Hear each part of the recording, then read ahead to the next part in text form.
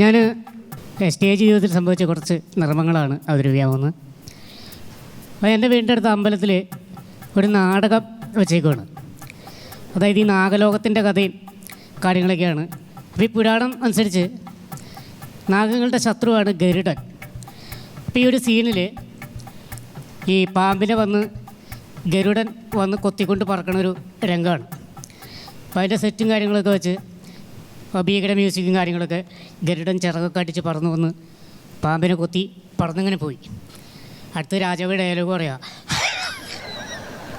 ഒന്നും കേൾക്കണില്ല. അവിടെ പറഞ്ഞു ഒന്നും കേൾക്കണില്ല.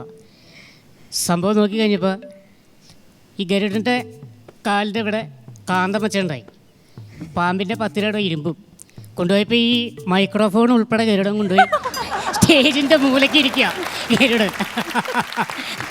അതുപോലെ ഞാനൊരു പ്രോഗ്രാം ചെയ്തിട്ടുണ്ട്. ഇപ്പോൾ ഗാനമേളയ്ക്ക് പോകും. അപ്പോൾ പെരുമ്പാവൂർ ഒരു ഇക്കുണ്ട്, പുള്ളി ഹിന്ദി പാട്ടിൻ്റെ ആളാണ്, പഴയ ഹിന്ദി പാട്ട് അങ്ങനെയുള്ള പാട്ടുകളാണ് പാടുന്നത്. പുള്ളിയുടെ മെയിൻ പാട്ടാണ് കാത്തു സൂക്ഷിച്ചൊരു കസ്തൂരി മാമ്പഴം. ഈ സാധനം ഇതങ്ങോട്ട് പാടി മൂത്ത് വന്നു കഴിഞ്ഞപ്പോൾ പുള്ളി ഓഡിയൻസിൻ്റെ ഇടയ്ക്കായിട്ട് ഇറങ്ങിക്കഴിച്ചിട്ട് ഇങ്ങനെയാണ് കാച്ചിക്കുറിക്കിയ മോഹത്തിൻ പാല്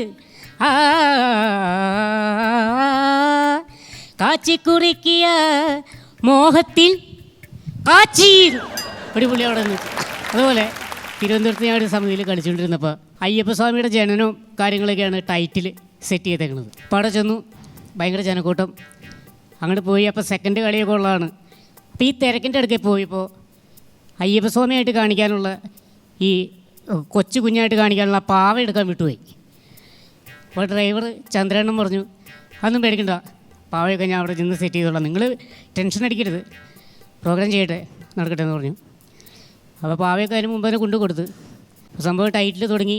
12 രാജാവ് വന്നു, കുട്ടികളില്ലാത്ത ദുഃഖത്തിലൊക്കെ വന്ന് ഇത് കുഞ്ഞിനെ കണ്ടു, എടുത്ത് ആ ഭഗവാൻ എനിക്ക് തന്ന നിധിയാണത്, കഴുത്തിൽ മണി കെട്ടിയ ഈ ശിശുവിനെ ഞാൻ മണികണ്ഠൻ എന്ന് നാമകരണം ചെയ്യുന്നു എന്ന് പറഞ്ഞിട്ട് പാവയുടെ ചെവിട്ടിൽ മണികണ്ഠോ മണികണ്ഠോ മണികണ്ഠോ എന്ന് വിളിച്ചപ്പോൾ പാവ ചിൽ ചിൽ ചിൽ ചിൽ ചിൽ ചിൽ ചിൽ ചിൽ